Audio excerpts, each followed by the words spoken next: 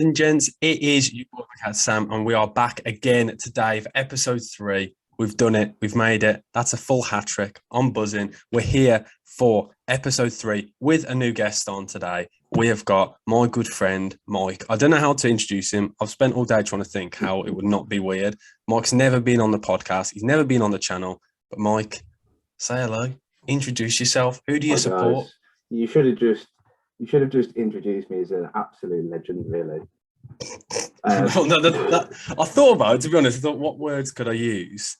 Actually, do you know what I might do? I can plug. He's got a football shirt shop, guys, on Instagram. Go check it out. I will leave the link in the bio. He's been on the channel. He supplied one of the mystery boxes. So there's actually, I don't know why I'd never thought of that. All day I've been trying to think what to say. There we go. Box to box shirts. I'll leave the link in the bio. And if you haven't gone and followed it already, guys, I'm going to be fuming. I'm going to absolutely lose it. But no, as you can probably tell, Mike is an Arsenal fan, if you can see the shirt. You'll have to explain what shirt it is, mate, because I don't even want to guess.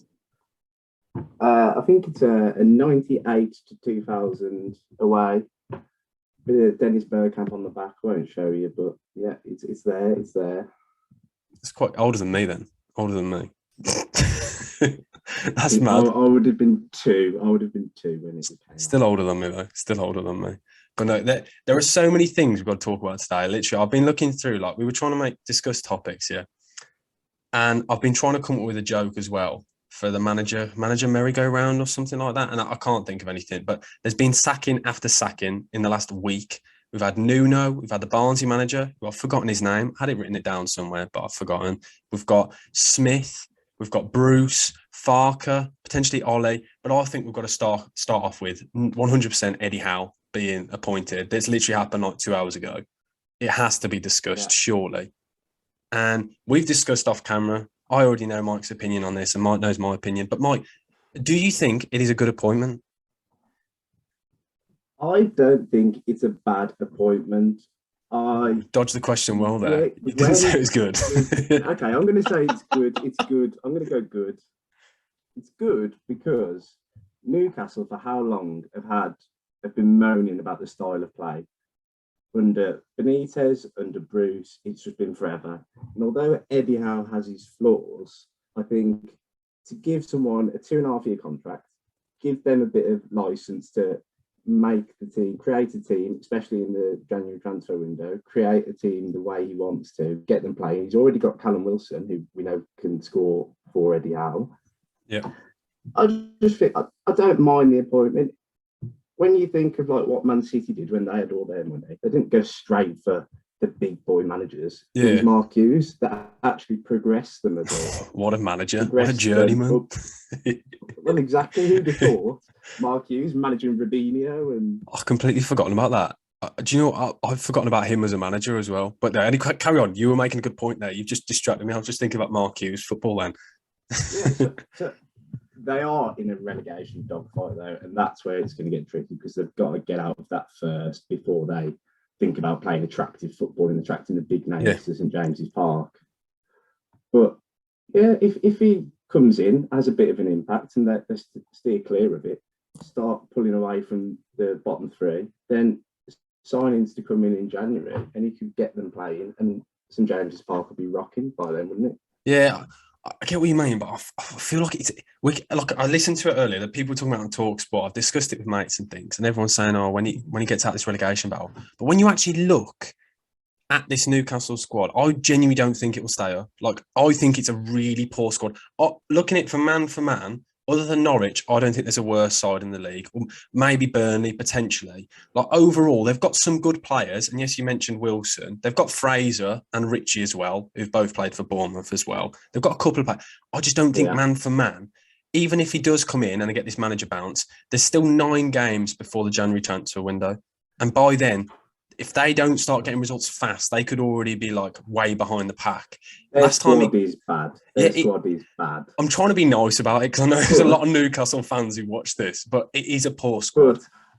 But they've got, if you look at the other teams around them, I think they've got more individual quality. You look at Wilson, you know he's going to score goals. Yeah. Sam Maxima can be dynamic. He's like explosive. Oh, he's unreal. Something out of nothing. I love Sam Maxima. And there's a few others that there's just a bit of quality about them. Let's be honest, you were going to talk about Willock. I was waiting for you to boast about Willock then. I thought you were going to try and be nice. He's a great bit of business. Getting 30 million from Joe Willock. Absolutely fantastic. That's gone towards Ben White. So happy days. We're talking about Newcastle now. We're talking about Newcastle. Don't try and change this. But no, I sort of get what you're saying. I just feel like Eddie Howe, obviously he went up north when he took the Burnley job many years ago, like a long time ago, and that really went to pot. And then he went back to Bournemouth, and I think he's been in one relegation scrap really with Bournemouth because he had some really good seasons. I think it was 12th and about 14th, and that one relegation scrap where they looked like they could get relegated, they got relegated, and they blew big chance as well because the Villa obviously could have got relegated that season. It was in Bournemouth's hands, and that's my only worry: the fact that there's 9 games, I said before January. I don't think the squad's good enough. And it's a lot to ask. He's never gone into a job with this much pressure. He took Bournemouth when they're in League One, and they were always the underdog, whereas Newcastle are a big club. They've got this money now and this pressure hanging over them from the fans. People are expecting Champions Leagues in 5 years and stuff. I worry. I genuinely believe that I think they will get relegated this season. I don't think it's the right move yet.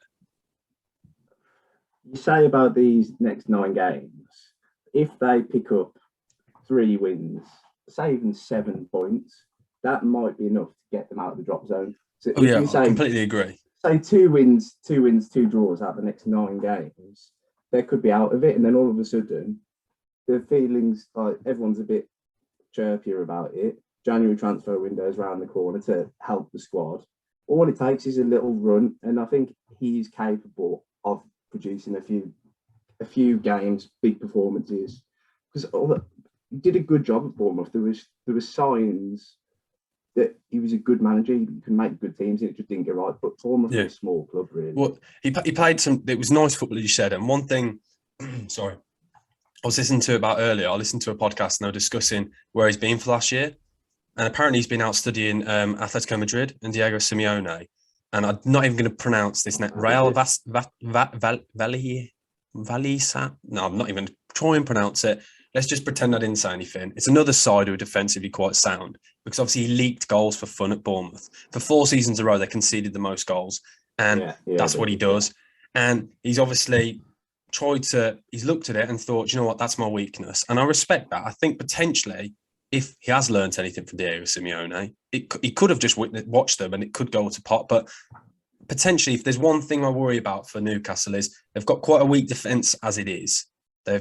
And just that squad. And then if he's going to play this expansive football that we have seen so many times with Bournemouth, that's really, we can only go with what he's done at Bournemouth. This could be, as you said, it could work really well, but it could be a recipe for disaster. And you know me, I'm always looking at the negatives. I'm always moaning, and everyone knows that on this podcast. Definitely. I'm always the one who's the negative. I called for Dean Smith last week, and it didn't work. So, do you know what? I'm going to stick with it, and I'm going to say I don't think this is the right choice. I don't think it's the right fit. So, do you know what, guys? You let us know in the comments. You might all agree with Mike. I bet you a lot of Newcastle fans who listen, and I know there are a few on here. Up the tune. Up the tune. I was going to do my Geordie accent then, but I'm not going to do it because it's not good at all. And audio listeners, no, let's not. I don't fancy it. Because they all say every accent I do just sounds northern anyway. I nearly did it when I mentioned Burnley earlier. Oh, God, my voice is gone. But no, now, as I just spoke about Smith, Dean Smith, the Villa legend, obviously got the old Saccaroni this week. And I want to talk about it. What do you think it was the right decision? Do you think it was too early potentially? Because it's quite mixed feedback, I think. And obviously we spoke about it last week. I just want to hear what you think about the decision. I think it's not the wrong decision. I think with what he's done for Villa previously, he'd earned the next 2 games. I think it's Brighton and Palace. I think he'd earned them to see 5 wins on the bounce. 5 losses. I was about to say, if he got that, he'd definitely be in the job. 5 losses is not good for any manager, but I think he'd earn a right just to have these 2 games to see if he could get 4 points, and then you regroup and you see what spot. But really, if they want to push on, challenge the top half of the Premier League and try and get into Europe, it is the right decision, because without Jack Grealish, they're getting nowhere near Dean Smith in charge. And that was evident from the play last year. Without Grealish, I think they pretty much lost every game. I speak about all the time. One of my favourite stats. 12 games, they've got 13 points out Grealish. It's my favourite stat. I've dropped that in every single episode so far, and I will carry on, and I will somehow squeeze it in just because I will know it will annoy some of my mates. Sorry, I had to get that in. But I do completely agree with what you're saying. It's a different side, I think the evidence was there from last season, and then I said this to one of my good friends, Joe. Shout out, Joe, if you're listening. At the start of the season, when they sold Grealish, their recruitment reminded me of Spurs when they sold Bale, and it was trying to replace one person who's so pivotal with multiple positions, multiple people, all decent players. But it's just never going to work. You can't replace that one person who Villa built their whole team. Relied on him, He was driving every attack. He was winning them fouls. He was breaking the lines in the final third, and it was never going to work replacing him with four starters. Buendia obviously hasn't gone to plan at all. Yeah, it's not only just like replacing it with 4 players. It's like with Spurs when they got like Lamella and Soldado and players like that. They replaced it with 4 players who didn't have experience. Obviously Ings did, but in that position. So they've got rid of a left winger, or sort of had a free role, replacing with Buendia, who was brilliant in the Championship. Did all right in a Norwich side, but had never been that focal point, a reliant player in a side that want to push on for top 8 or top 10, whatever they were going for. And I do agree with you in that sense. But my only thing, and I've tried to reflect on it, because I know last week I was calling for his head, and I'm trying to reflect on it. I'm trying to learn, and that I can't just moan constantly and be so negative. I'm trying to be positive about it. Yes, I know they've had a few injuries and things, and it's not worked out, and it does take time for teams to gel. But I just look at it now. Now they've got rid of him. I just can't see who's going to come in and to get this team to gel and to work, because it's a team of individuals. I think the defence isn't that strong. And when you look at the amount of money they've spent, it's not good enough, really, when you look at it. Like, we can joke about Mings, who's got 2 left feet, loves a cross turn. Can we joke about Mings, please? Yeah, I want to talk about him. He cannot defend. He makes a mistake every week. And then Courtney Horse, it's not really a great replacement. He's all right. He's an average player, but again, he has a mistake in him. Conser's the only he's brilliant. Then who is a good, like Tyrone Mings. He's got a mistake in every single game, and you can just see it. You can see it happening before it happens. Yeah. Conser, I like. Really like Conser. Yeah, Conser's good. We like him. Yeah, but when you look at the squad, I just worry. This is a side that Dean Smith has built. He has chosen this team. When you look at it, because obviously he's taken Conser from Brentford. He's taken Watkins from Brentford. Like, he tried to build this squad, the perfect squad he wanted. He got in Matty Cash, and all of these decisions were his decisions. So it's going to be interesting to see who comes in.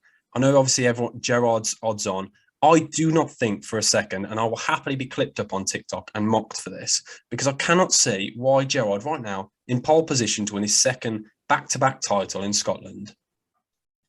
He's got years left on his contract. I can't see why he would leave that in the middle of the season when he stopped Celtic getting their 10th league title.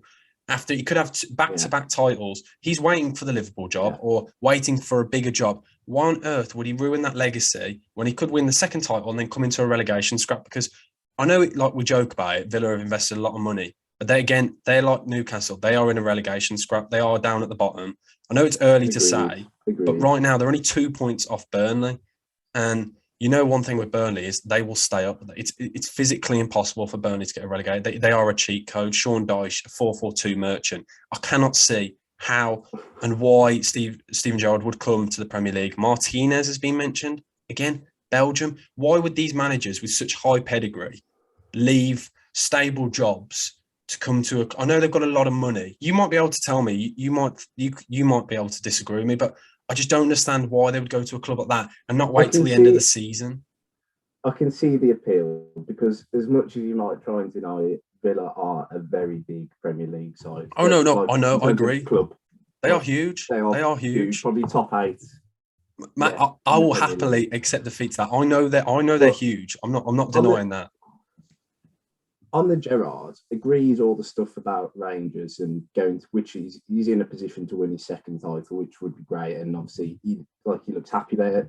I think he's fact like he's living up there, like he looks good. But if he came to Villa now, where they are 2 points off the drop, and then doesn't succeed, that's a massive mark on his resume then for the future. If you say if it doesn't go to plan and then they're stuck around there battling relegation all season and just escape it, that's not going to help develop him as a manager. Exactly. And it's not going to look good on his CV. For when Liverpool let's be honest, when Klopp leaves, it's going to be Gerrard. Why on earth would he risk and potentially tarnish the brand he's creating? Because he literally has gone to Rangers, turned it around. Yes, he's had a lot of investment. I just don't understand why he would come. And I get, obviously, I'm not denying it. Villa are huge and they've got a very good... They've got some good players and they've got a lot of financial backing. I'm also not sure if Villa fans would want him because as promising as he has looked with Rangers, no disrespect to the Scottish League, but it's not the same level. And to come in with a little experience other than with Rangers... don't know if Villa want that when, like we said, they're 2 points off the drop. You probably want someone who you know will give you results instantly. Yeah, Stevie Bruce. Get Stevie Bruce back in. They'll get all the cabbages back out. You got Nuno on the cut. Oh, I'd love that. As a West Brom fan, just to witness that happen, just Nuno coming in, just you can imagine all the lads just kicking off. Everyone, that's my manager, because obviously, it'd just be brilliant. That would, I would absolutely love that. It will be interesting to see. But what I never get with this, and it's the same with Newcastle and Norwich when we move on to them, why they sack a manager at this point and not have somebody lined up instantly ready. I think it's really poor planning, especially when they've got an international break, when you could have literally over a week training with the team, getting your philosophy in, when you're in this kind of... No, I don't mind it because doing it before the international break, you give yourself, a week and a half to have proper interviews, to proper suss out your candidates, rather than rushing into it while you've got games, you've got a caretaker manager, you might be losing more games, you've got time to assess your options. I get that, but when you've looked at some other clubs, like the Tottenham with Nuno, that turned around quite fast. You can line up, I know obviously, I can't even mention the T word, Tottenham. You've already made a dig about the signing when they've got rid of Bale, but looking at that, they made a decision fast. That wasn't a dig. Yeah, I know it wasn't. They lined it up.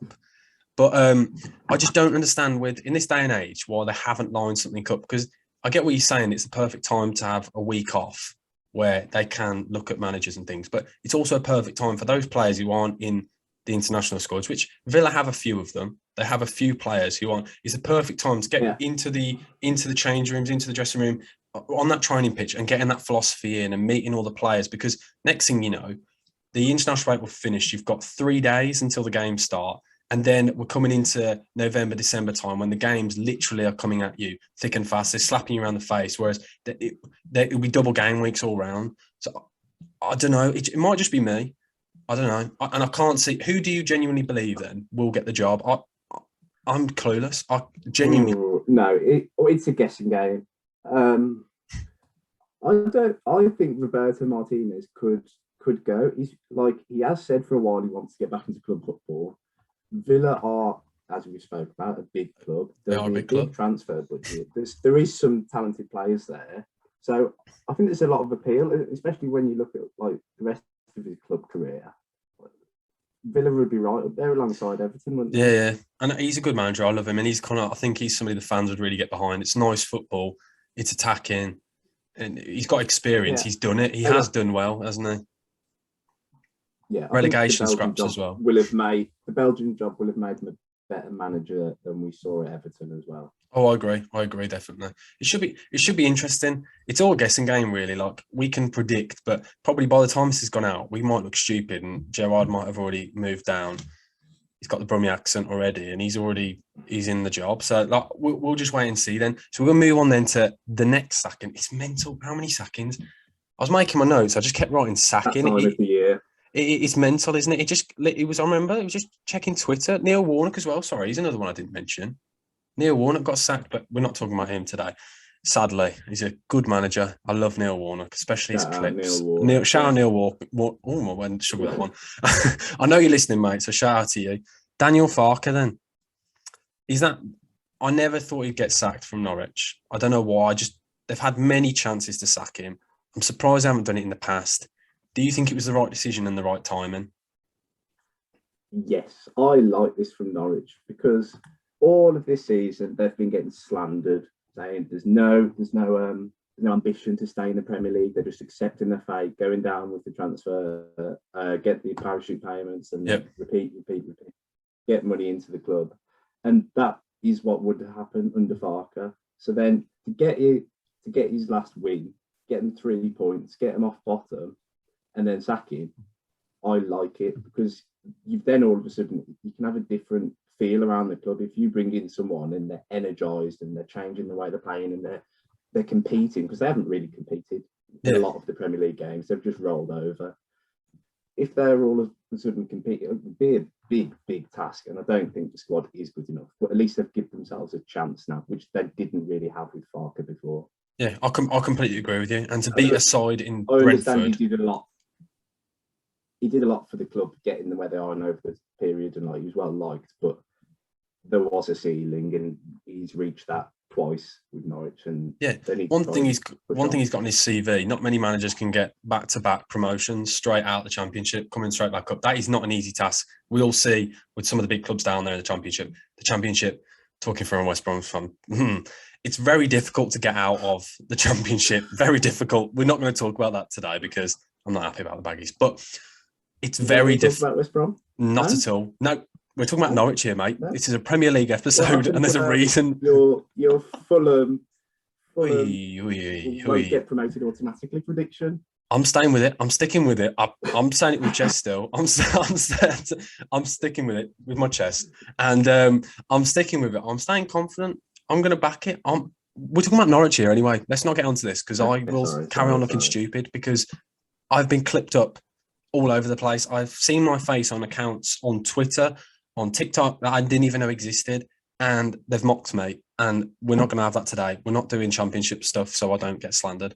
But Norwich, back to Norwich. Apologies. I completely agree with you. 100%. I am all for it. I love it. It's that determination, because it's like that flicker of hope. There was no hope. They've got that hope, and they've gone, we'll move on this. We've got 2 weeks. Let's be honest, the majority of that squad isn't going anywhere internationally. They've got time to work on things, get a bit of momentum. And the problem I found with Daniel Farke's side was they were just so, as you said, rolling over. They were just awful. As in, they were stuck in 2 systems, whether they were going to try and be defensively sound, but then also try to play out from the back when they didn't have the players to do it. Tim Krul, 2-foot Krul. He cannot play football. He should have been out the league 5 years ago, if not longer. In his prime, in that Newcastle Alan Pardew side, he was unreal. Yes, when everyone was, he was good. He was class. And he played in the Netherlands side. He was average. I'm saying he's class. I remember him being class, so I'm going to stick with class. He was unreal. One of the world's best. Competing on Buffon. No, anyway. But like now looking at it, they're stuck in 2 minds. He's trying to get them to play expansive football, but you cannot do it. It was naive. And they come up against a Brentford side. And I think the main reasons why they won that game was because I think it was Brentford's first game where they weren't the underdog. And I watched the highlights, and I think Brentford just really struggled because they've not played a game where they've had all the ball and the side hasn't come to them.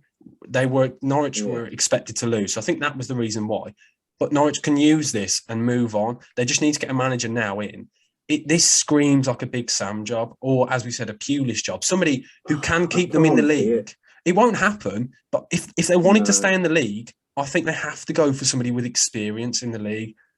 Mark Hughes, Alan Pardew, get the old boys out, Neil Warnock, all these boys you've mentioned. I think that's what they're crying for now, because I don't think a manager's going to come in, somebody young with determination, somebody who's got ideas. They haven't got the squad to do it.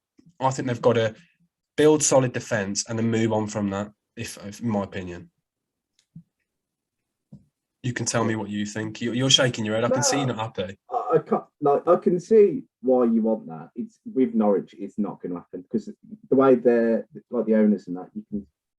There's always a long-term plan. It's never just we'll stay in the Premier League for 1 season. There's never a panic. It's always a bit calculated with their approach. And I do actually think the squad this year is probably better than it has been when they've come up. If you look at some of the loans, Oh no, definitely. Obviously, Pookie's got experience. They've got Billy Gilmore and is it Brandon Williams, the United? Yeah. Brandon Williams, yeah. And then like Max Aarons is a good player. Todd Cantwell, okay players. Yeah, exactly. Campbell's barely featured. Well, it's because he fell out with Daniel Farke. So I genuinely believe that might be something to do with protecting the asset, because he's worth a lot of money. And he's probably their best player. I don't know. And he hasn't played because he fell out with Daniel Farke. So I think he'll be back in the side now. But I don't know. It's just an interesting one. I think it'll be. They could potentially have a chance to stay up, but it's not realistically going to happen, is it? I predicted that they'd stay up at the start of the season, so I've been mocked for that as well. So I feel like I should try and... I can't even stick with it anymore. It's been 11 games and I've already just realised how, looking back, I was just stupid. No, just stick with it. But funny enough... You don't know who to get in. Yeah, exactly. Funny enough, I want to now discuss... We will do this then. If you go on then. If you're telling me to stick with it, I can't do it. I can't even get myself set. I was going to say, who do we believe then are going to get relegated? The three sides we realistically think are going to get relegated. And I know you're telling me that I can't... Like, I've got to stick with my Norwich statement that I made before the season. I was young. You've got to stick with them. But that's just, I can just feel it. I'm walking around every day, going to work and stuff. I can just feel this cloud above me. It's just constant, just saying how much of an idiot you were for thinking Norwich had a chance of staying up and Fulham weren't going to get promoted. No, Fulham won't get promoted. I'm sticking with that one. But Norwich, no. Norwich, I'm saying Norwich are going to get bottom of the league. Surely you must agree with that. Yes. Okay, I think that's a safe bet then. Who do you think then are the other two sides? And then I'll tell you mine after. At the start of the season, I said the bottom two straight away, without doubt, will be Norwich and Watford. Because Watford have done what Watford do.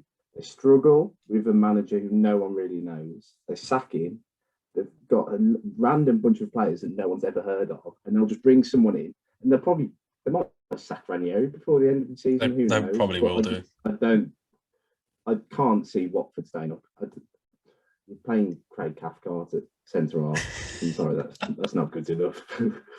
It's just not good enough. You love them, Sarr, and they've got a few other good players, but no.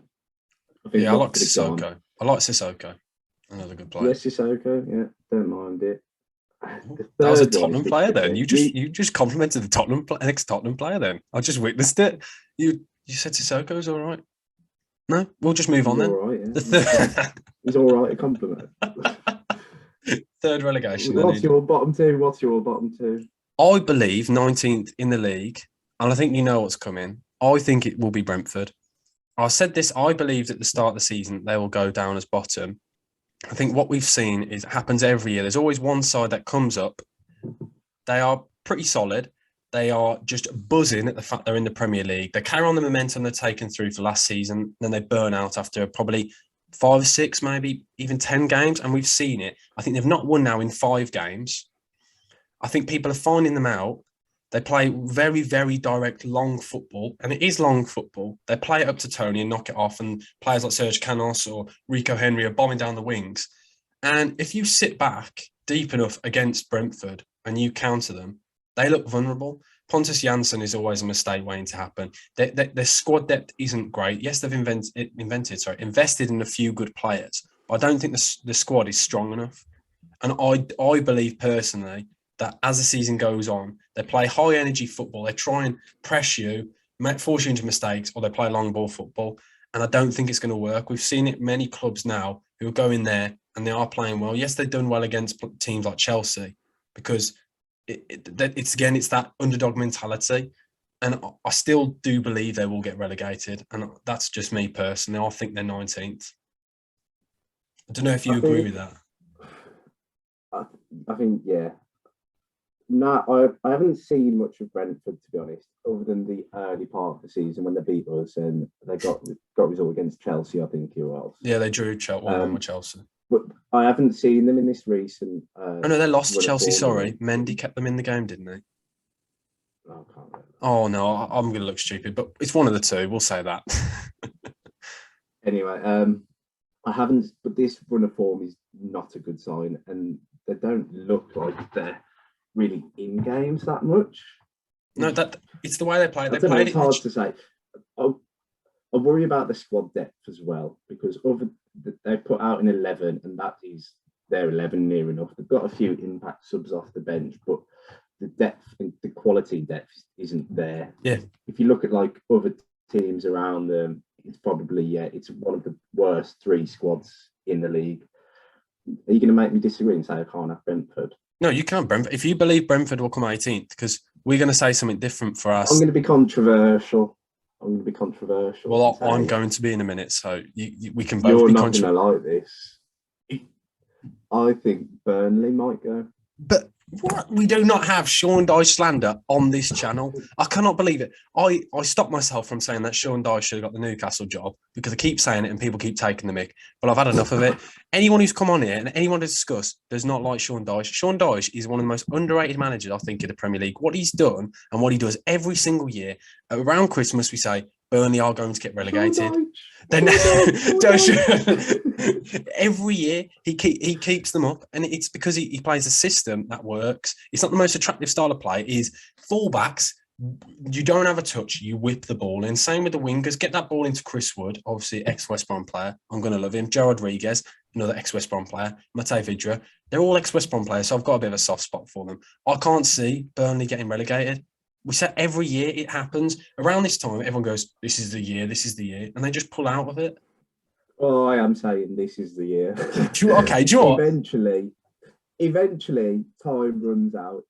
And you're right, Sean Dyche has done a fantastic job. The way he's built that team, they know what they're doing.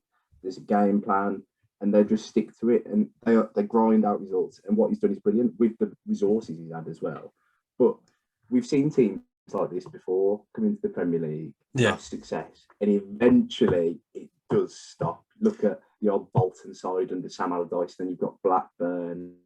There is these sides that come up, West Brom, like Stoke with like Ricardo Fuller and Kevin Jones, they grind out results, and eventually the bubble will burst. Run out. Yeah, well, I don't think time is ever going to run out.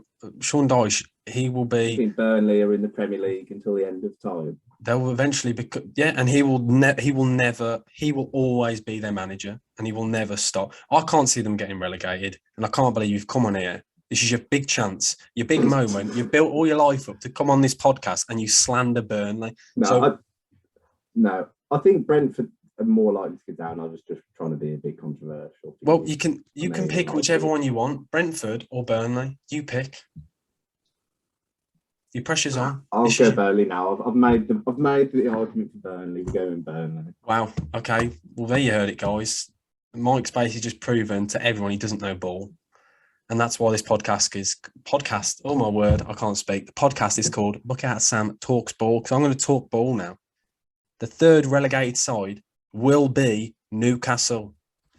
They will get relegated. Newcastle. You knew it. You knew what was coming. I think Watford are going to stay up. I have a soft spot for Ranieri. I don't know why. I just like him. After all the whole glory with things that went on with Leicester, I love him in interviews. I think he's quite funny. I think Watford have got a good enough squad. They've got squad depth. I think they've got the chance of staying up. Whereas I think so. I'm going to go for Norwich bottom, 19th Brentford, and 18th. I think will be Newcastle. I think there's too much pressure on Eddie Howe, as we discussed earlier. I don't want to make the same points, but I can see it all going to pot here. It's the pressure from the board and the fact that the board not all of the board agreed with the Eddie Howe appointment. They wanted to do Unai Emery. That was the plan. They wanted good evening. He was the number one option, wasn't he? Eddie Howe has still not got the backing of the full board, and we've seen the only club that have done that this season that we've seen was Tottenham with Nuno, and we saw how badly that went. So I don't think if you've got the whole board backing you, it's not a good start, is it? Let's be honest. If you've not got the board going for you, what have you got going for you? Those are the people that decide whether you stay in a job. So we're going to leave it at that because we could discuss this relegation battle for hours on end because it is obviously only subjective. So let us know, guys, who's right, or if you disagree with us. If you agree with us, let us know in the comment section below. And I'm sorry if I've upset any Brentford fans because I have done on this channel before. Apologies, guys, but that's football. It is football, but I always end up upsetting somebody on every podcast or just every video. I want to now talk about the man who I swear is in every thumbnail I do. I talk about him every week, and there is a reason why. Ole Gunnar Solskjaer. If he stays in a job for the rest of the year, I have a video and a topic for every single week. This guy, the only consistency about an Ole Gunnar Solskjaer, give him any number. Literally, the only consistency about Ole Gunnar Solskjaer's Man United is the inconsistency. It is absolutely insane. Every week they're back, they're down, they're up. I don't even know where to start. That Man City game, I couldn't catch the game. Obviously, I was going to a non-league game, but I saw the highlights. I've watched the full game. Where do we start? What can we say about Ole Gunnar Solskjaer's Man United? What's going wrong? Where could you pinpoint? Should he stay in a job? But can I say, I want Ole to stay there forever. I hope he never gets sacked. I hope United never win another trophy. I don't care if all these little United fans, I hope they rot in mid-table forever.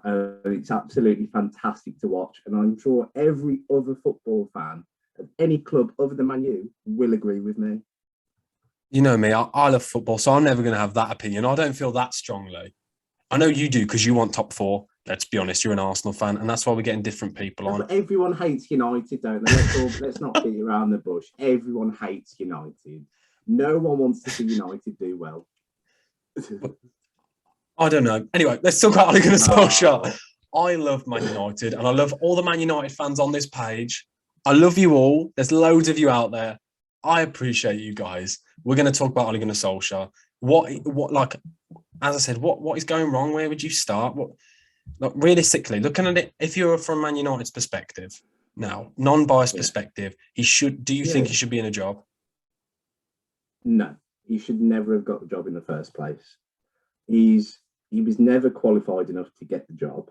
He's done well with the squad probably over the past 3 seasons. You've got to give him that. Yeah, the rebuild. From where United were, from where they were to where he's got them in the Champions League. He's got them. Did they finish second 1 year?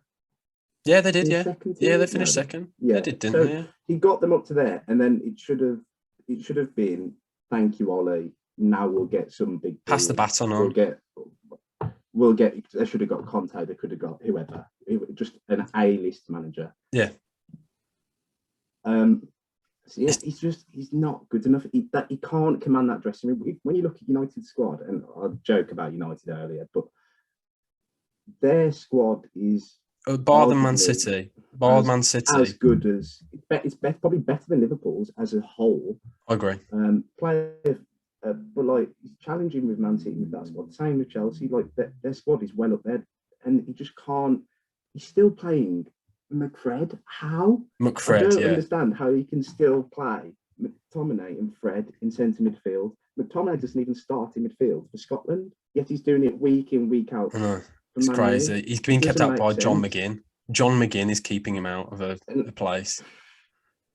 And like I was joking, United obviously fans aren't going to like me, but United fans should demand more for their club because they are the biggest club in the world. No, I don't know how he's been allowed to get this far without them asking for his head, because I don't know if it's a sentiment because he's won so much there or if he's a nice guy, but surely as United fans and ownership, you've got to demand more with the money they've spent, the squad they've got. The money's ridiculous. After Varane and Sancho, we won't talk about Sancho and Varane, but the investment has been huge.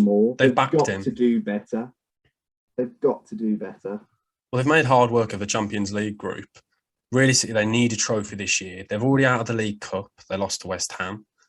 They're out of the Premier League title race. That's not a discussion anymore with the recent results. Realistically, all they've got left is the FA Cup, which obviously hasn't started yet for them. They haven't come into it yet. And the Champions League. And what we've seen already... But they're not going to win the Champions League. They're not going to win the Champions League. They've struggled against sides like Atalanta. And I just don't know. I just can't get my head around it. He plays the same squad and same side every week. It's not working. They're playing a five-at-the-back system. No, I agree. I don't know what it is. There must be people around him, backroom staff, that can tell him that, for example, just one player I want to pick out, Aaron Wan-Bissaka. I think he's a brilliant right back as a right back. He cannot play in a right wing back system. And it doesn't take...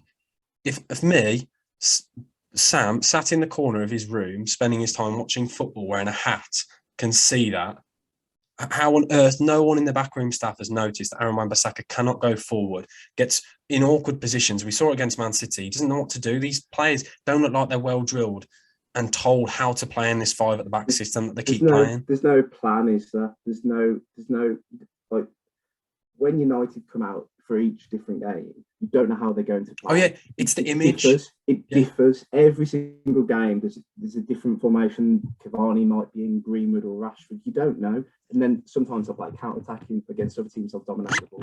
You don't know. All good teams have a set way of playing. Oh, I completely agree, and that's exactly my point. When you look at these bigger teams around Europe, the even smaller sides, and we aren't going to mention, but Arsenal now have a style of play. You know how we're going to play now. Exactly. You know how Liverpool are going to play. You know how City are going to play. You even know Burnley. You know all these sides. I think they're one of the only teams in the league without a brand, without an image, with no style. And at the moment, there's no substance with it, and I do worry for them because they have got a good squad. Like when we're talking about United, we're not slandering United. United are huge. They have got, as we said, arguably the second best squad in the league, if not could compete with Man City. They have a good enough squad. They should be challenging for a title. Oh yeah, and I don't understand why they had the chance to get Antonio Conte in. It was their moment. Antonio Conte wanted the Man United job, hence why he declined the Tottenham job in the summer. This was his moment. They had a big chance to get a manager in, one of the best win percentage records. I read something earlier. He's the third, but any manager over 20 games in the Premier League in the last 15 years. Antonio Conte has the second best record. They had the moment to get one of the best managers in, and now I feel like they've blown it. And there aren't many A-list managers around at the moment. I don't know who they'd get in. I know the Ajax manager gets linked all the time, Zidane. I just don't know where they're going to go, and I don't get the long-term plan. And I still think the Ronaldo signing has hindered them a lot this season. I think that before they'd got a style. I get he gets the goals and stuff, and I think it hasn't helped. Can I intervene in a sec?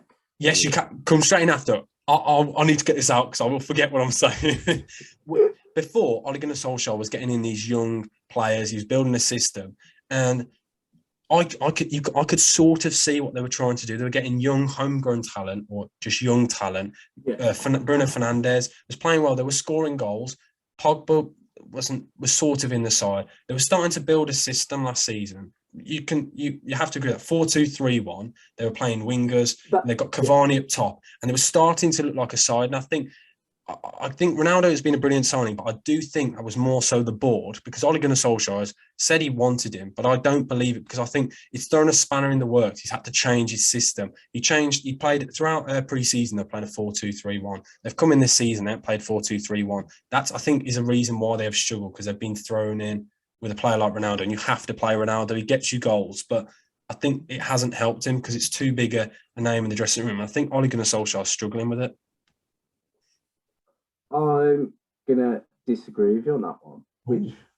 But for me, this is a strange one, because at the start of the season, when they announced Ronaldo, I was convinced that would not help them. I said he'll obviously get his goals, but he won't contribute to winning the same way he did at like Real. Yeah, I get you. Because I don't really think he did that at Juve. I don't think he'll like be the difference for them to make a title push.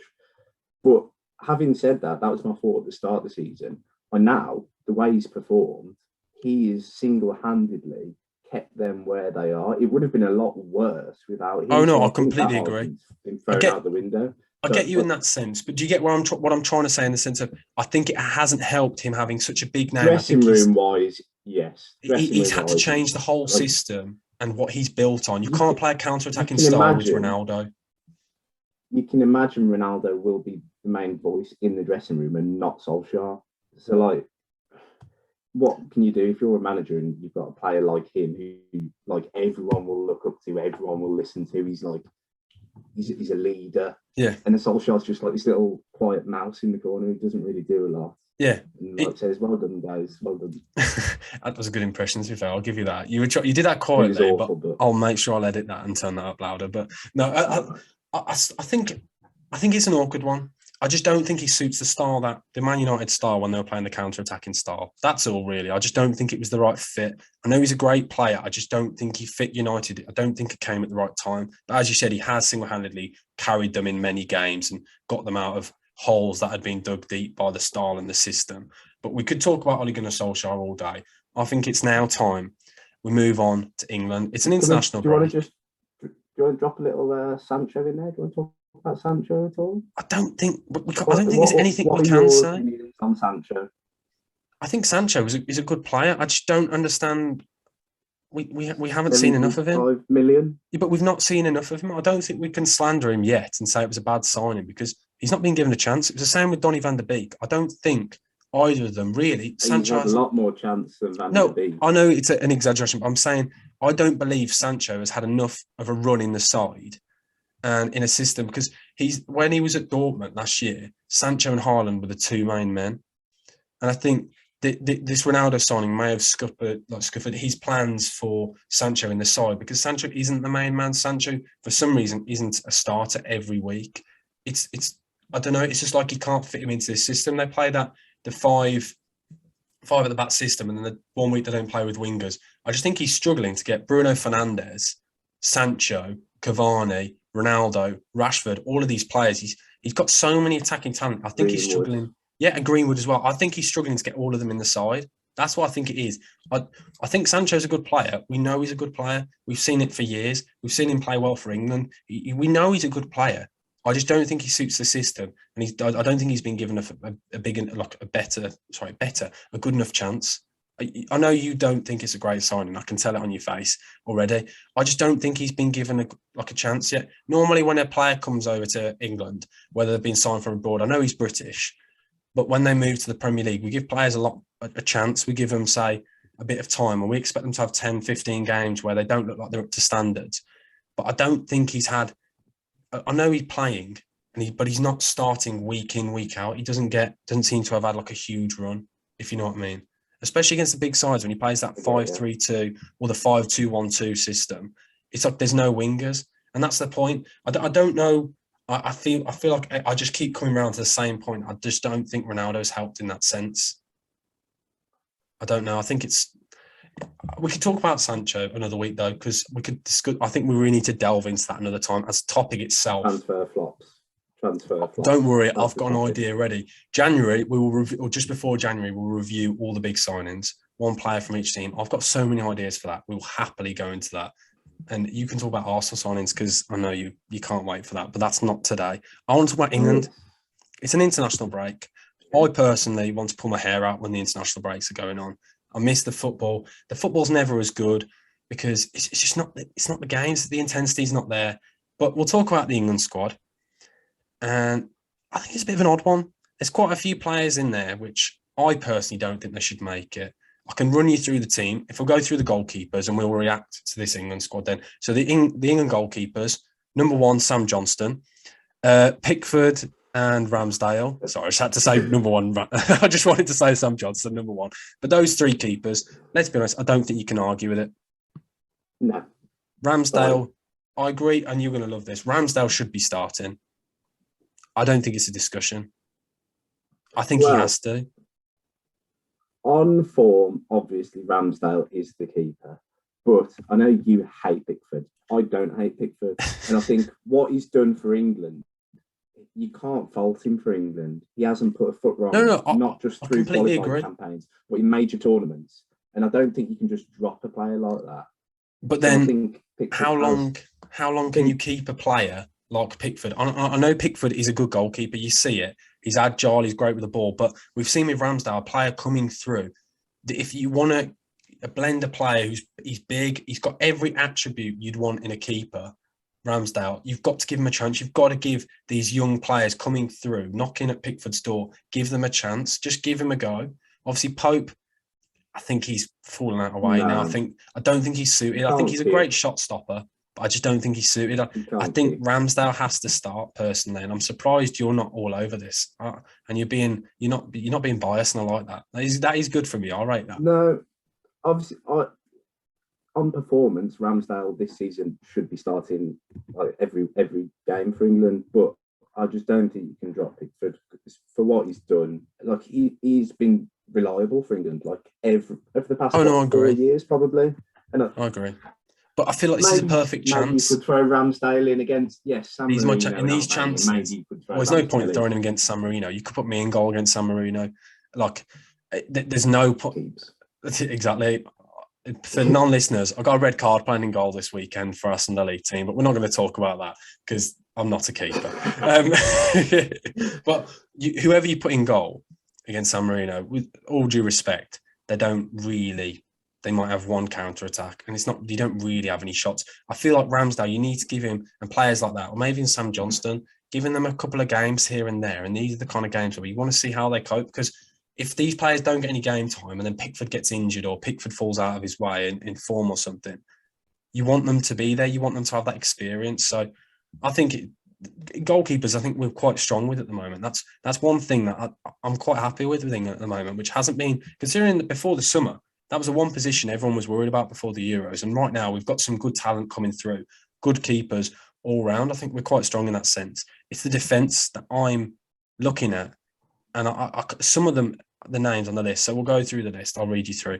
So we've got Connor Cody, question marks instantly. Tyrone Mings, question mark again. Harry Maguire, Alexander Arnold, Chilwell, James, Shaw, Walker, and John Stones.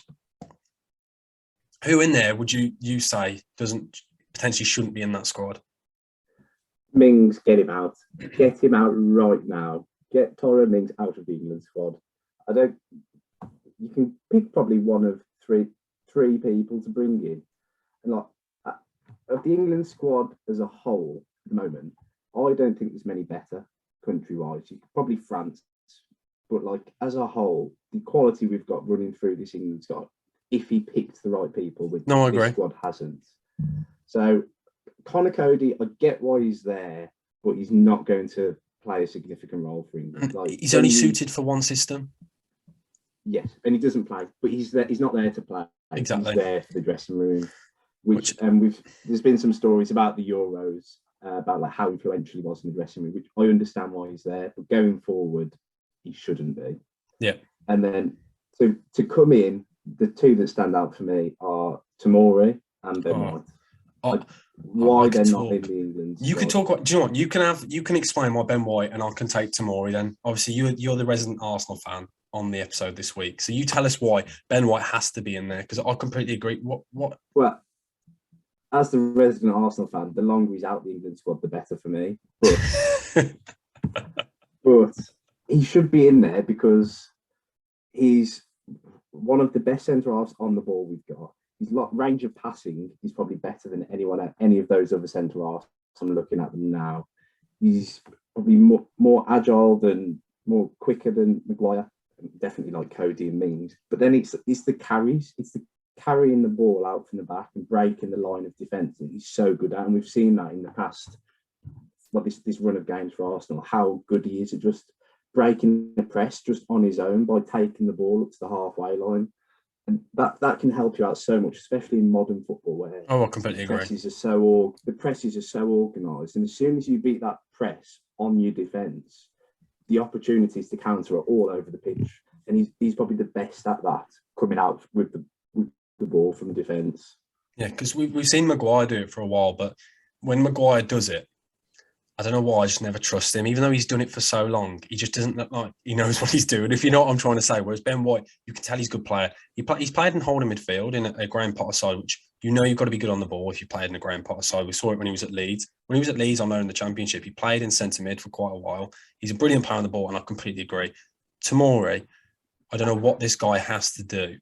I know not many people on the channel, and I watch a lot of European football. I watch him quite often. And he is unreal. He is unreal on the ball. He would arguably be the fastest centre half we'd have in the squad. He probably is, yeah. He's very good on the ball, and it's the same with Ben White, as you've just said.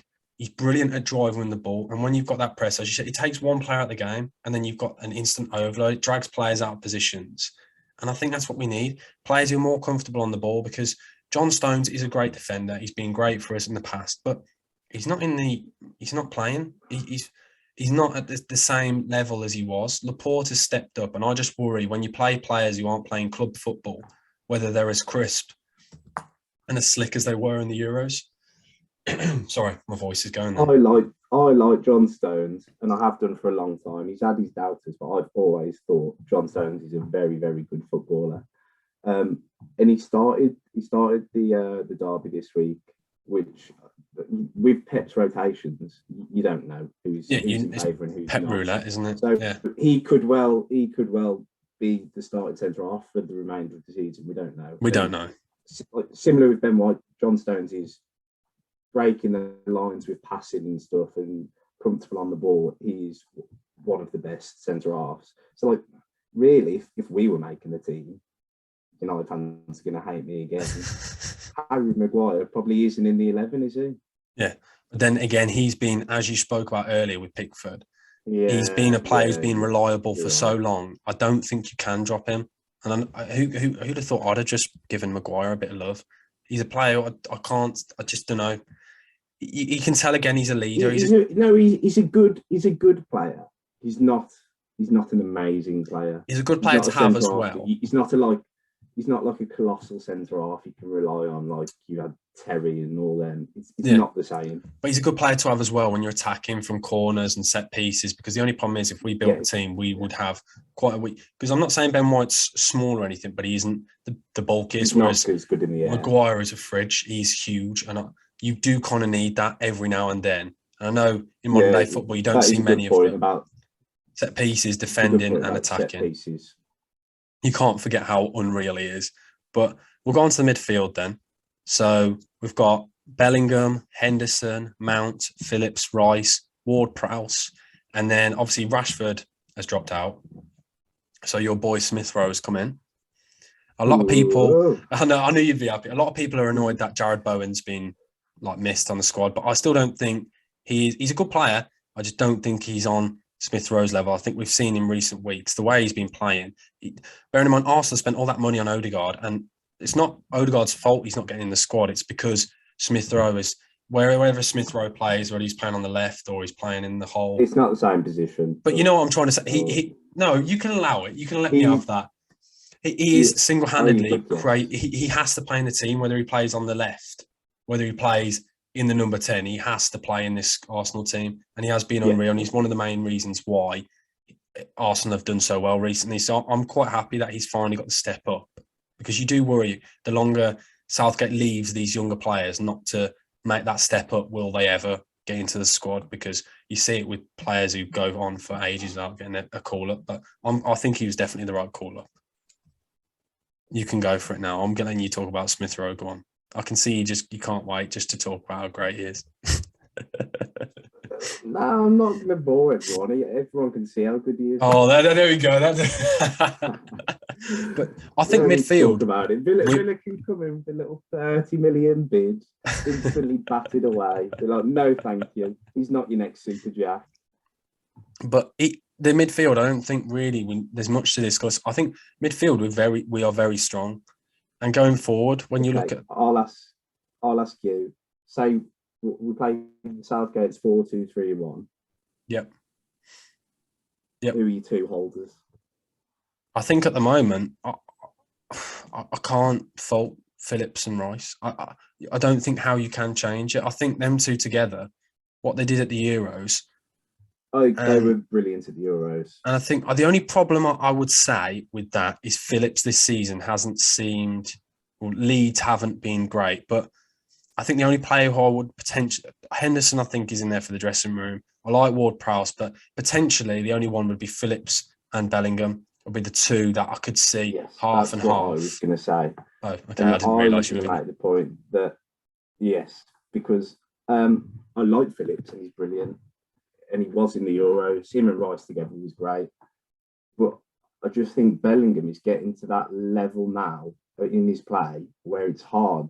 Like, he's becoming like one of the best midfielders in the world. He will be at that level soon. It is insane. The goals and assists, he's providing the goal contributions now, which is what he wasn't doing last season. When you watch him, he's everywhere. He's all over the pitch. He's making sliding challenges in his own box. He's starting counter-attacks, he's breaking forward, he just does everything so well. The tenacity and the energy is unreal. I do get what you're saying. I think the only reason why I was thinking potentially Phillips is because we're starting to see with Rice. Rice is finally going forward in this West Ham system this season, and he's getting himself goal contributions. Yeah, and Phillips could be that one who sits. It's whether how tactical we're going to go with it. So I think the three of them are the three that should really be in discussion. I don't think Henderson really, I like him as a player. Henderson's reliable. He's a good player to bring on for the last 20 minutes, can control the game. He's a good player. But I don't think he can compete now with the likes of Rice and players like that. It'll be good in the qualifiers and games like that, probably. And then like in the tournament group stage games, you'll probably want Henderson in there for some of them. He'll have a role to play, definitely. Yeah, no, I agree with you in that sense. And then forwards, we've got Abraham, Foden, Grealish, Kane, Rashford. Rashford's obviously gone back, Saka and Sterling. Again, really, there's much really you can change. I think it's strong. No. There's not anyone really who's knocking at the door. The only thing to note was Greenwood, but apparently, did you hear about he asked Southgate to not be included so he can nail down a starting spot? Yeah, which everyone can have their opinions on that. It's an interesting one. Club and country argument. We probably should stick out of that one. We'll leave that for another podcast because that's a big topic because there's a couple of players who've done that recently. If he wants to do that, he can go for that. But I think the players we've got, I don't think Greenwood would start anyway. No, he doesn't start. He wouldn't start. So I think we've got strong enough. Sterling, again, he's one of those players who always does it for his country. Kane hasn't been up to standards, but he's still a very good player. Maybe he might get with this new manager bounce. Who knows? He's a strong player. Can we just talk about... I've resisted this long to talking about Spurs, but Harry Kane won Premier League goal. It is crazy. He's properly thrown his toys. The 8th of November, and Harry Kane has scored one Premier League goal. He's properly thrown his toys out the pram. I think he really wants to move. His head's not there, but he has done it for England in his last. Didn't he score a couple? Yeah, we're talking about England. So he will do well. I know you just wanted to just drop that in. Let's be honest. That's the only reason why you said that.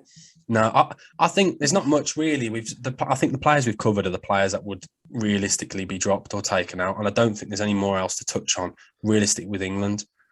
It's not. You can't get that. It's not like you can't get that excited, can you, for these international breaks, especially when it's at Albania and San Marino. Yeah, that's I won't even be watching them. I always say I won't, and then I always end up doing it. I can't fight the urge. If I know we're on, maybe Albania, San Marino. It's 90 minutes you'll never get back of your life. Every single time we play. And every time I say no chance. I always end up crawling back. I can't help it. I just do. I just love it. I absolutely love it. But now let's talk for the final thing. I've done this now, a feature of people listening. I'm trying to build mine and the guests' best 11s in the Premier League.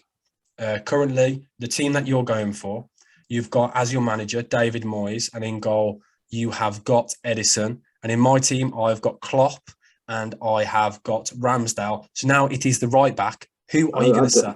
You've got to take it, mate. You can't. This is the guest team. You're part of this team. I don't want Moyes. It doesn't matter. That's your team. You're on the guest team. So your position. We'll make sure then you're going to get the right back. The right back. Jeez, I struggle with that. Who do you think then is the best right back in the Premier League? You've got many players. You've got Lamptey. Why did I go Lamptey first? Of all the players I could have just mentioned, I went straight to Lamptey. Alexander-Arnold, Carl Walker. There's Sufal. Ben Johnson at West Ham at the moment with his form, Livramento. There was loads of players we could talk about. Seamus Coleman. I am starting to scrape the barrel a bit now, but go for it. I'm just going to stop waffling. Go for it. Tell us who you think and why. If it's my team, as a right back, I still think the best right back in the league, out and out right back, is Walker. With his pace, his recovery speed, his quality on the ball. Defensively, he's probably the best out of that group. Maybe Wan-Bissaka could argue, but I just think all that. I forgot to name him so much. His recovery speed is just ridiculous. There's probably no player in world football. We've seen him run with Mbappe and everyone. He can just match anyone stride for stride, and I think that is invaluable. Really, if you're covering for centre half, and then he's still got the quality on the ball, as we've seen for City for years now, really. Trent gets a shout out because obviously he's probably the best footballer, but if I'm picking a right back, he has defensive issues, let's say that. Yeah, he's solid. He's a fragile defender. His delivery and stuff and his quality on the ball is second to none. Yeah, his assist numbers for a fullback, we've never really seen that before. Yeah. And shout out to him. Also, honourable mention to Tommy, of course. Big Tommy Asu. Tommy Asu. Absolutely love it. He is a good player. I love Tommy Asu. Hero. Obviously, you're going to love him anyway. Goal will be absolute scenes. I'll be on my knees when Tommy scores his first goal. Top off round the living room, just giving it the big one. You've just got to love him. He's just he's a lovely little face. What a bloke. He's 40. He's only 23. He's fantastic. He's great in interviews. He always smiles. He loves the club, doesn't he? I'm going Walker. Walker is the best all-round right back. I'd be taking Walker. Well, I'm going to tell you mine now. Walker was potentially there. I really like Walker, and I think Reece James should get an honourable mention. I think he's been pretty good this season, but he's not going to make my squad. But shout out to him because I feel like we're giving shout outs as if the players are going to be listening. Like, shout out to Alexander-Arnold, and he's going to just go, oh, cheers, lads. I've made the pot. It's not shout out to them personally. The way you said it, for a second, I thought... I knew what you were trying to say. Shout out Tommy again. I'm going to have to go for Alexander-Arnold. And I understand he's defensive, he's vulnerable sometimes. But I think he has normalised the fact that as a right back, he's getting 10 plus assists and goals as well. He's getting goals like the free kick he scored this weekend. Dead ball situations is unreal. He whips in a ball so well. And the thing is, it's just the spin he gets on the ball. The way he whips a delivery. In my lifetime, I've never seen a player whip a delivery other than Chris Brunt. He whips the ball. Who? It's Beckham-esque. Oh, Beckham-esque. You won't have seen Beckham, but the way he gets his foot around that ball, it is like Beckham. When you have that set piece delivery, it looks so unorthodox the way he's like positioned his body, but it is quite clear to get that swaz on it, the technical term, the swaz on that ball to whip it back round, and the balls he puts in, it is unreal. He is potentially one of the best right backs. Well, no, he's the best right back in my opinion going forward. I think defensively he's not great, but the thing is, if he was in my team, which he is, I don't want him to defend. I just want him to keep going forward. And with the centre-backs you're going to hear in my team next week, they'll be covering him. So I think he's unrivaled, and we've seen it now. He's consistently done it. The first season he did it, we thought, will he be able to match it? He's matched it, and he's slowly getting better, more composed. And yes, he does make the mistakes, but I think slowly, with time, he will become a better defender. Well, he has to if he wants to progress and become the better player that he will do over time. And playing next to Van Dijk, you will become better. So I do believe he has got potential. And I don't think he will fit in this England side as a centre mid. I'm not for that. He is a right back. No. Do you agree with that? Or were you saying no to me then? No, I agree. Oh, I thought you'd go, no, you're waffling, mate. I was thinking, come on then, let's have it. No, I'm joking. What were you going to say? I was going to, I've bigged up Trent as well. I agree with everything you've said. I think he has benefited greatly, and Robertson as well, hugely, from having Klopp as a manager. I think if you're in a different team without that system, I don't think they're getting anywhere near the output, and I think there's a lot more pressure on them defensively. Oh yeah, the freedom he gives them. Relieves of their responsibility a bit. Yeah, and it is freedom. It is freedom, like you said, and especially when you've got Van Dijk covering for you, who is just an absolute monster. Yeah, he's unreal. And I think it helps with the inside forwards because they have got that whole channel to operate themselves. But the thing is, they are good enough, and they kind of, this system they've made their own. They don't need to tweak the system because they are good enough. Both of them on either side. Alexander-Arnold doesn't need a winger. He can do both jobs on his own because he just give him the space and he will provide. Yeah. And I think he has been unreal. He hasn't hit the heights as we've seen in the England squad, as we've just said, because again, it's the system. But I think we need to find a way to get him in and get that output because he can only enhance England. But again, as we said, that's another time to talk about England. But I think that's a pretty good shout. I think we haven't been done anything controversial there with the right backs. We've had some controversial takes overall in this pod. I don't think there's been really argue with those two. They are just unreal. Like, they're two players. They're reliable. That's the thing with both of them, and they've done it consistently. They're clear of the rest of the pack. Yeah, Tommy's definitely third. Well, we've seen flickers of players have moments where they look like they could potentially, like Lamptey. I mentioned him first. I don't know why that name came first, but we've seen moments with him, but he's just injury prone. Aaron Wan-Bissaka, if you're looking for a defender, he would be my right back. I think if him and Alexander-Arnold had a child, that child would be the perfect right back. It would be unreal. Yeah. But that I can't believe we just mentioned that. That's just a weird thought. Well, not. Yeah, let's just skirt over that. I can't believe I've just said that. But I think we've done everything. I think we've covered all the topics. I think it's been pretty solid. Your debut, you're going to take a cap home. You're going to be pretty hard with it. I'm glad you didn't put on a bucket hat. I'm very proud of myself. I told you it had to be clean, and you've kept it clean. So I think you've saved me from editing as well. I was worried. I was literally, I'd got my pen out for this entire podcast, ready to make notes for what seconds you dropped like a cheeky swear word. I was thinking, great, cut out that second. But it's just been clean. I think it's been all right. We've found out your bias, and you just don't like Man United. But I love Man United, as I've said. You don't love Man United, really. I love Man United. Man United fans, I love you all. You know that. How long have I been nice to you guys? So just ignore Mike. He's been on here 1 week and he's trying to disrupt things. You're not nice to. Who don't you like? I like all clubs. Nice, no, people say I have an agenda against Man United with predictions, but that's because they're so inconsistent. That's the only club that I get accused of having an agenda against, because when I used to do my Premier League predictions, I used to always give them bad predictions. But I feel like it's difficult to predict Man United because you never know which United are going to turn up, as we said earlier. But I've just remembered, actually, I'm supposed to say what games I'm going to this week because people are interested in that. They want to know. I get requested. The Bucketeers. The Bucketeers. You know, that's the first time anyone's ever actually called. Shout out to the Bucketeers. Shout out the Bucketeers. If you're listening right now with a bucket hat on. The Bahami Boys. Or the Bahami Boys. You'll have to let us know, guys. Bucketeers or the Bahami Boys. I think Bucketeers, really. The Bahami Boys was great. That was the idea we originally had to call you lot. But I think Bucketeers is probably more. So if you're sat at home with a bucket hat on, or even a bucket, shout out to you guys. We rate you all. And we are an army. We're all about the shout outs today. We're shouting out everyone. Shout out everyone. Shout out to anyone who's listening. I'm shouting out you right now. But yeah, I'm off tomorrow night. I am potentially off to Stratford Town, I think, or they might be playing away. There's Walsall Wood, maybe. Could be a good shout. And then on Saturday, I'm off to Port Vale. So there you go. There's my two clubs. Just there's for anyone who's wondering.